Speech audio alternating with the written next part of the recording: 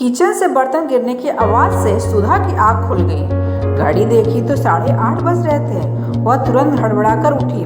Oh no, mummy जी ने कहा था कल सुबह जल्दी उठना है, रसोई की रस्म करना है, हलवा पूरी बनाना है, और मैं हूँ कि सोती ही रह गई। अब क्या होगा? पता नहीं मम्मी जी और पापा जी क्या सोचेंगे, कहीं मम्मी जी गुस्सा ना हो जाएं। हे भगवान, मुझे तो रोना आ रहा है। ससुराल और सास के नाम का हवा उसे बुरी तरह डरा रहा था। दादी ने कहा था कि ससुराल में जरा संभल कर रहना, किसी को कुछ कहने का मौका ना देना, नहीं तो सारी उम्र ताने सुनने पड़ेंगे। सुबह सुबह जरूर उठ जाना, नहा धोकर साड़ी पहनकर तैयार हो जाना, अपने सास ससुर के पैर छूकर उनसे आशीर्वाद लेना, और कोई भी ऐसा काम मत करना जिससे कोई तुम्हें और तुम्हारे माँ बाप को उल्टा सीधा बोले। सुधा के मन में एक के बाद एक दादी जी की बातें गूंजने लगी। किसी तरह वो भागा दौड़ी करके तैयार हुई।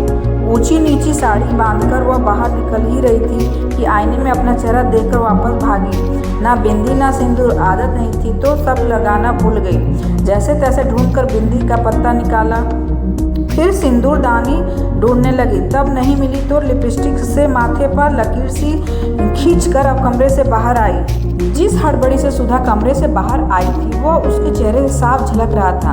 वो भागती हुई रसोई में दाखिल हुई और वहां पहुंचकर ठिठक गई। उसे इस तरह हड़बड़ाते हुए देखकर सासू माँ ने आश्चर्य से उसकी तरफ देखा, फिर ऊपर से नीचे तक उसे देखकर धीरे से मुस्काई और बोली, आओ बेटा, नींद ठीक से आई या नहीं? सुधा हिचकिचाकर बोली, जी मम्मी जी, नींद तो आई मगर जरा देर से आई, इसलिए सुबह जल्दी आंख ना खुली।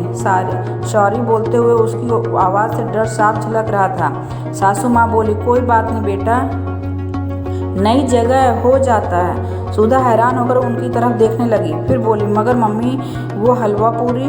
सासू माँ ने प्यार से उसकी तरफ देखा और पास रखी हलवे की कढ़ाई उठाकर सुधा से सामने रख दी और मधुर स्वर में बोली, हाँ बेटा, ये लो, इसे अपने हाथों से छू दो। सुधा ने प्रश्न भरी निगाहों से उनकी ओर देखा। उन्होंने उसकी ठोड़ी को स्नेह से पकड़कर कहा, बेटा, बनाने को तो पूरी उम्र पड़ी है। मेरी इतनी प्यारी गुड़िया जैसी बहू के अभी हंसने खेलने के दिन हैं, उससे मैं अभी से किचन का काम थोड़ी ना करवाऊंगी। तुम बस अपनी प्यारी सी मीठी सी मुस्कान के साथ शुरू कर देना। आज की रस्म के लिए इतना ही काफ़ी है। सासू माँ की बातें सुनकर सुधा की आंखों में आंसू भर गए।